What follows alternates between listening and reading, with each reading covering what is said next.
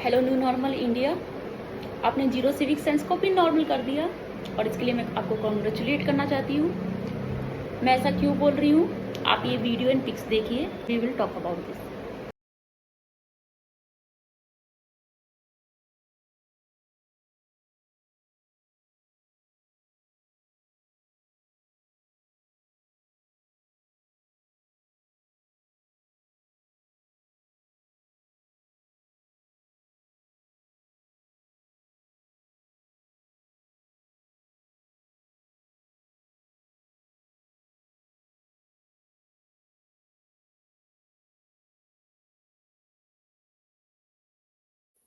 What is civic sense? हमें ये definition पढ़ाई नहीं जाती, या हमें पता नहीं है, या हमारे अपब्रिंगिंग में ही कमी है, या हमारे एजुकेशन सिस्टम ऐसे नहीं है जो इसे स्ट्रांगली इम्प्लीमेंट कर पाए। समाज के प्रति हमारी जिम्मेदारी क्या है यह बता सके, अप्लाई कर सके। पब्लिक प्रॉपर्टी को कैसे हैंडल किया जाता है, कैसे मैनेज किया जाता है, कैसे मेंटेन रखा जाता है, कैसे बिहेव करना है पब्लिक प्लेस पे, स्मोक करना है नहीं करना है, स्पिटिंग लिटरिंग अच्छी है बुरी है, ये हमें सिखाया ही नहीं जाता। ये जो वीडियो है ये मेट्रो की है, मेट्रो प्लेटफॉर्म की है, और ये मैंने 2 मिनट्स में शूट की थी जब मैं एक मेट्रो से दूसरे मेट्रो को चेंज कर रही थी। एंड इसके लिए मुझे स्पेसिफिक लोकेशन पे भी नहीं जाना पड़ा। जब इनिशियली मेट्रो स्टार्ट हुई थी तो उसमें एक अनाउंसमेंट होती थी, मेट्रो परिसर में खाना पीना मना है। तो उस टाइम में ऐसा भी डर लगता था कि एक जो एक्स्ट्रा सांस भी ले ली तो पता नहीं फाइन ना लग जाए।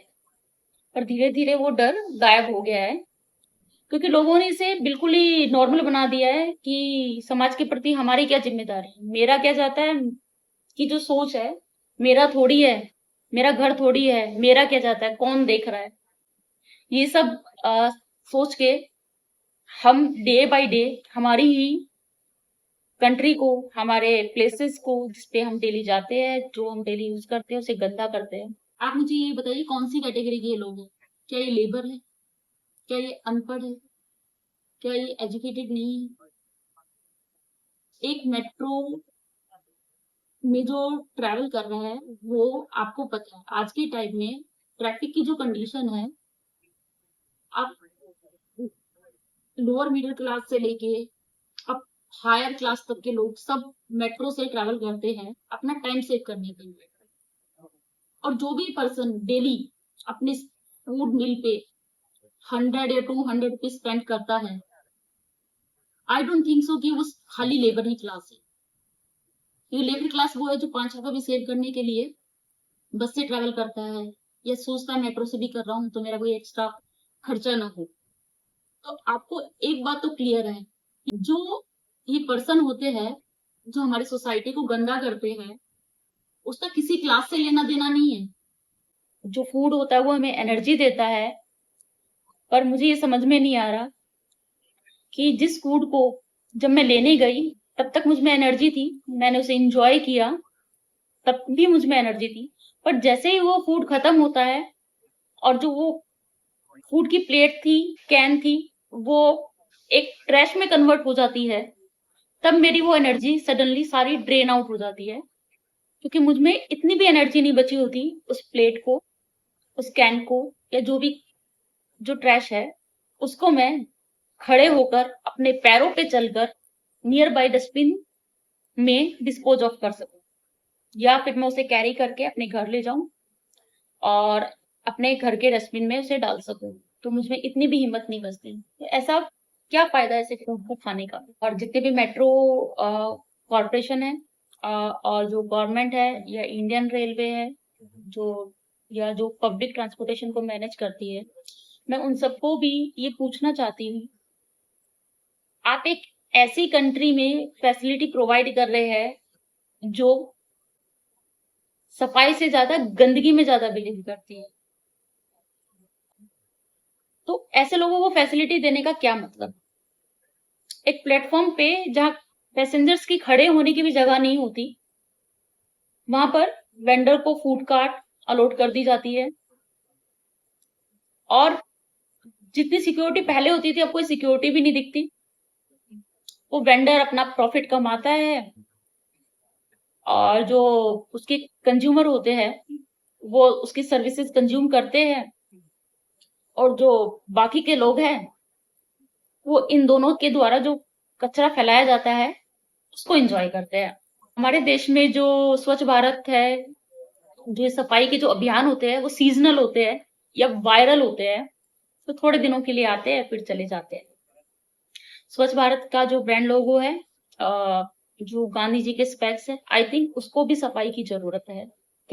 हम उस पे वीडियो बना सकते हैं जब एक लड़की पब्लिक प्लेस में वीडियो बनाती है, कमेंट करती है जीरो सिविक सेंस, और उस पे हजारों वीडियो बनती है, वायरल होती है, पर रियल में जो जीरो सिविक सेंस है वो आप डेली देखते हो बट कोई रिपोर्ट नहीं करता, कोई एक्ट नहीं करता। इवन किसी ने आपके सामने कोई रैपर, कोई बॉटल कहीं भी प्लेटफॉर्म पे भी फेंकी है या आपके सामने कहीं ऐसे ही ओपनली डाल दी है, आपकी हिम्मत नहीं होती आप उसे कॉल आउट कर सके और आप उसे बोले प्लीज इसे उठाइए और जाके डस्टबिन में डालिए। हम ऐसे देश में रहते हैं जहां पर ट्रेन्स में या वंदे भारत में जो कोच होता है हम उसे इतना गंदा करके छोड़ के जाते हैं कि दूसरा कोई बंदा पीछे से आके अगर उसमें बैठना चाहे, उसमें ट्रैवल करना चाहे, उसके लिए 100 मौत मरने के बराबर हो जाता है। पर जो लोग हाइजीन का जिनको इशू नहीं है उनके लिए तो प्रॉब्लम नहीं है, पर जो बंदा हाइजीन मेंटेन करता है, जो लोग इसे फॉलो करते हैं, जो सोचते हैं उनकी कोई सोशल रिस्पॉन्सिबिलिटी एंड वो ऐसे बिहेव नहीं करते, उनके लिए प्रॉब्लम है।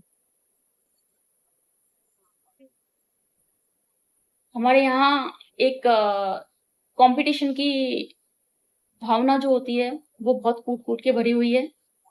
जहाँ थूकना मना है वहां थूकेंगे, जहाँ लिखना मना है वहां लिखेंगे, स्पीड करके कोई लिफ्ट, कोई स्टेयर्स, कोई वॉल नहीं छोड़ेंगे जिससे हम अपनी आर्ट दिखा सके। नेचर कॉल के नाम पे कोई दीवार नहीं छोड़ेंगे जिससे सींचा ना हो। मुझे समझ में नहीं आता घर से निकलने से पहले ये नेचर कॉल कहाँ होती है, और क्या आप 2 घंटे तक अगर जो भी आपका ट्रैवल टाइम है उसे होल्ड नहीं कर सकते कि आप ऑफिस पहुंच के टॉयलेट यूज करें। हमारे यहाँ पर टॉयलेट एटिकेट क्या होता है ये पता ही नहीं है। घर का टॉयलेट, ऑफिस के टॉयलेट या पब्लिक टॉयलेट जो होते हैं उसे कैसे यूज करना है नहीं पता होता। सीट को साफ करके निकलना होता है, फ्लश करना होता है, टिश्यू या टॉयलेट पेपर को फ्लश नहीं करना होता क्योंकि आपकी कंट्री की ड्रेनेज सिस्टम इतनी स्ट्रांग नहीं है, इतनी अच्छी नहीं है। वो बारिश के टाइम में आप देख लेते हो, उसे डस्टबिन में डालना होता है और वॉशरूम को ऐसा छोड़ना होता है ताकि नेक्स्ट पर्सन आके उसे अच्छे से यूज कर सके। वो हमें पता ही नहीं होता क्या होता है, बिकॉज सिविक सेंस का जो ये बेसिक थिंग्स है वो हमें कहीं सिलेबस में एक चैप्टर के रूप में पढ़ा के छोड़ दी जाती है। इस पे कोई इंपॉर्टेंस नहीं दी जाती, इनको इनका क्या यूज है ये नहीं बताया जाता। फॉरेन कंट्री बहुत अच्छी लगती है बिकॉज बहुत क्लीन होती है, बट उनको क्लीन रखने की रिस्पॉन्सिबिलिटी केवल उनकी स्टाफ जितनी एक्टिविटी में लगा था उनकी नहीं होती। रेजिडेंट्स का भी सिविक सेंस बहुत अच्छा होता है, वो रिस्पॉन्सिबिलिटी समझते हैं और जितना हो सके अपनी कंट्री को क्लीन करते हैं। कमी हमारी परवरिश में है, हमारे एजुकेशन सिस्टम में है, हमारी सोसाइटी में है, बिकॉज इन चीजों को कभी भी कोई भी इम्पोर्टेंस दी ही नहीं गई। इंडिया में प्रॉब्लम ये है कि ऐसी छोटी छोटी चीजें भी हमें स्पेसिफिकली बोल के बतानी पड़ती है किसी को, गवर्नमेंट को कोई नोटिफिकेशन निकालना पड़ता है। स्वच्छ भारत जैसा अभियान हमारे यहाँ सीजनल टाइप का होता है, वायरल टाइप का होता है। ये सब जानते हैं कि हमारा ड्रेनेज सिस्टम कितना अच्छा है, बारिशों में आपने देखा ही होगा हर रोड, गली स्विमिंग पूल बन जाते हैं। उसके बाद भी जितने भी ये सफाई कर्मचारी जो ग्रूमिंग करते हैं, स्ट्रीट को क्लीन करते हैं, उसके बाद भी वो सारा कचरा ड्रेनेज पोल के पास ही इकट्ठा करते हैं और उसको ट्राई करते हैं पुश कर करके अंदर डाल दे, क्योंकि अगर वो झुक्के से उठा लेंगे तो उनके स्लिप डिस्क हो जाएगी या उनकी कमर में इतना दर्द है बेचारों के, वो उठा के उसमें डाल नहीं सकते। एक तो फेंकने वाला महान, एक उठाने वाला महान। तो ऐसे है, कार से सारा ट्रैश सड़कों पे फेंक देते हैं सिर्फ एयर की स्पीड चेक करने के लिए। मेरी आप सबसे रिक्वेस्ट है जो भी कचरा आप सोसाइटी में फैला रहे हो उसे स्टॉप कीजिए। कोई भी रैपर पैकेट इजीली फोल्ड होके आप अपने बैग की साइड पॉकेट होती है बॉटल कैरी करने की, उसमें रख सकते हैं। आप एक बैग कैरी कर सकते हैं, एक बॉक्स कैरी कर सकते हैं, उसके अंदर रख सकते हैं, या फिर नियर बाई डस्टबिन को फाइंड करके आप उसमें डिस्पोज ऑफ कर सकते हैं। प्लीज आज से 7 डेज का चैलेंज लीजिए। आप खुद में भी इम्प्रूवमेंट कीजिए, अपने बच्चों को भी सिखाइए या अपने कलीग्स को फैमिली के साथ डिस्कस करके अपने आप में इम्प्रूवमेंट लाइए और आगे के लिए भी एक अच्छा बेंचमार्क सेट कीजिए। हमें सिर्फ घर को ही अपना घर नहीं समझना। जैसे ही हम घर से बाहर कदम रखते हैं वो भी घर है, हम सबका घर है, और जो भी लोग उस देश में रह रहे हैं वो आपके फैमिली मेंबर ही है। और जो फैसिलिटी आप यूज कर रहे हैं वो सेम फैसिलिटी उनको भी यूज करनी है। तो आपको इस चीज का ध्यान रखना होगा कि आप जो भी फैसिलिटी आप प्रोवाइड की गई है उसको वेल मेंटेन रखें और उसमें अपना एफर्ट्स डालें और अपने आप को अकाउंटेबल बनाएं जनरेशन को बेटर करने के लिए, ताकि न्यू जनरेशन ये जो गलतियां हम लोग करते हैं वो फॉलो ना करे। हमारा एजुकेशन सिस्टम भी ऐसा होना चाहिए जिसमें ये बताया जाए कि टॉयलेट एटिकेट्स कैसे क्या होते हैं, हाइजीन क्या होता है, हर चीज को कैसे ऑर्गेनाइज किया जाता है, कैसे क्लीन रखा जाता है, पब्लिक प्लेस पे कैसे बिहेव करना होता है। ये सब हमें उनको अभी से सिखाना चाहिए।